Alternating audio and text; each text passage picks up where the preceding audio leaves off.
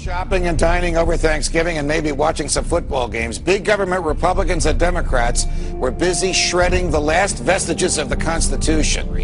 They're talking about inserting the Army into domestic law enforcement. Senator Lindsey Graham, who supports this bill, says, quote, "The homeland is part of the battlefield, and people can be held without trial, whether an American citizen or not."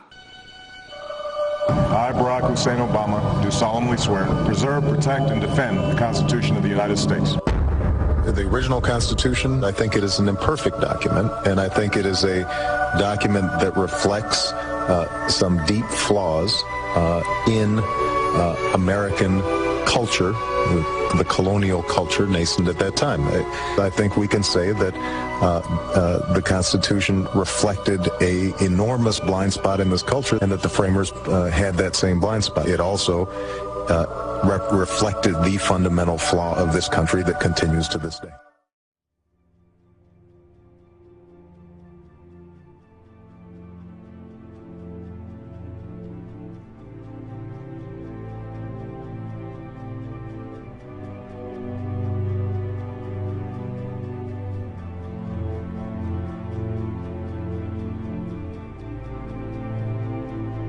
The Senate will pass tomorrow a bill allowing the American military to imprison American citizens indefinitely without charge or trial. Congress is essentially authorizing the indefinite imprisonment of American citizens without charge or trial. I think that denigrates the very foundation of this country. It denigrates the Bill of Rights. It denigrates what our founders intended. How bad is this? It's quite frankly absurd, Keith. I mean, here we are 10 years after 9/11, in the wake of the demise of Osama bin Laden, the only leader that al-Qaeda has ever known. And we're passing a provision that would codify the indefinite detention without trial of suspected enemies of the state. And that includes, as you mentioned, American citizens apprehended here on U.S. soil. We have not codified indefinite detention without trial since the McCarthy era. That's how extreme this is. And the most amazing thing is that it's not necessary. Charles Dyer. I'm an oath keeper. I'm with the 1st Light Armored Reconnaissance Battalion out of Camp Pendleton, California. I absolutely could not, I can't imagine that we're living in the times where I have to worry about having to confiscate the weapons from the American people. Is that freedom? It's absolutely not freedom. That I have to worry that we're going to quarantine a city for the purposes of keeping them in their hostage, like Katrina? Absolutely not. That's not freedom in any way that you can think of it. I'm almost speechless whenever I try to talk about this, because I can't imagine that we're living in this kind of time. It really bothers me. Absolutely. I saw a tremendous pattern of the growth of the infrastructure of a totalitarian state in the last 8 years post 9/11. I mean, it's been going on for decades. We've seen for decades encroachments on our liberties, and then a crisis would come along, and then all of a sudden they had a chance to get their policies passed they've been wanting to pass for a long time.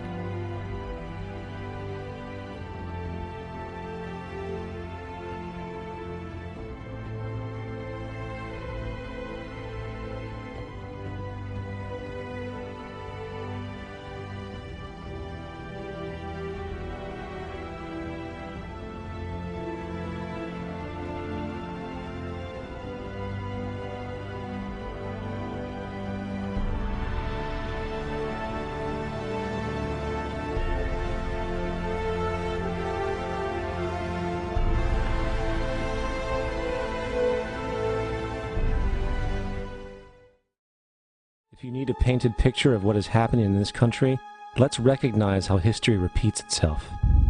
In February 1933, Hitler staged a false flag attack, burning down his own German parliament building, the Reichstag, and blamed it on communist terrorists. In the next few weeks, he passed the Enabling Act, which completely eradicated the German Constitution, destroying people's liberties. He then led a series of preemptive wars, all justified to the German people as necessary to maintaining homeland security.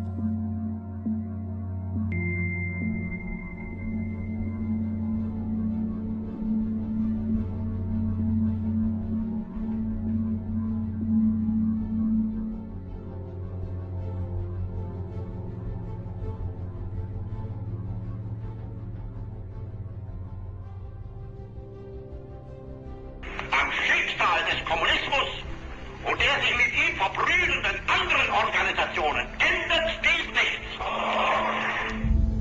Our enemy is a radical network of terrorists and every government that supports them. It's time to wake up.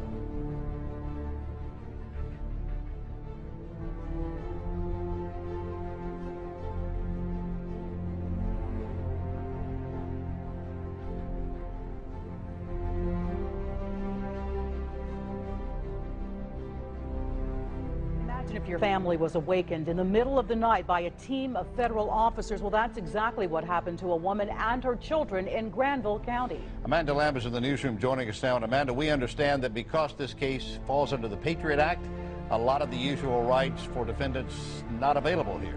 Her son was taken into federal custody 2 months ago. She can't get him out, and she can't get any answers. 16-year-old Ashton Lundeby's bedroom is nothing if not patriotic. American flags everywhere. But according to the United States government, this 10th grader, who has never been in trouble with the law before, is now a suspected terrorist. My topic for this evening is assassinations. What have we allowed ourselves to become? Are we no longer a nation of laws? Have we become instead a nation of men who make secret arrests? Are secret prisons now simply another tool of the federal government law enforcement? Is secret rendition of individuals now permitted out of misplaced fear? Have we decided that the writ of habeas corpus is not worth defending? Is torture now an acceptable tool for making us safe? Unfortunately, the single answer to all of these questions from the leaders of our country and to many of our citizens appears to be yes. And now we are told that assassination of foreigners as well as American citizens is legitimate and necessary to provide security for our people. It is my firm opinion that nothing could be further from the truth. Secret arrests, secret renditions, torture, and assassinations are illegal under both domestic and international law. These activities should be anathema to the citizens of a constitutional republic. The real threat doesn't arise from our failure to torture. Rather, desensitizing our nation to the willful neglect and sacrifice of our civil liberties fought and died for over the centuries is the threat. The concept of habeas corpus existed even before King John of England was forced in 1215 by his rebellious barons to sign the Magna Carta. This basic principle and expression of individual liberty, which has survived 800 years, greatly influenced the writing of our Constitution and our common law heritage. Today, we hardly hear a whimper, either from the American people or a stone silent U.S. government as our cherished liberties are eradicated. Instead, we have a government that deliberately orchestrates needless fear and makes people insecure enough to ignore the reality of their lost liberties. It should not be that difficult to distinguish the difference between the danger posed by the underwear bomber and the danger posed by a government that endorses secret prisons, torture, and assassinating American citizens.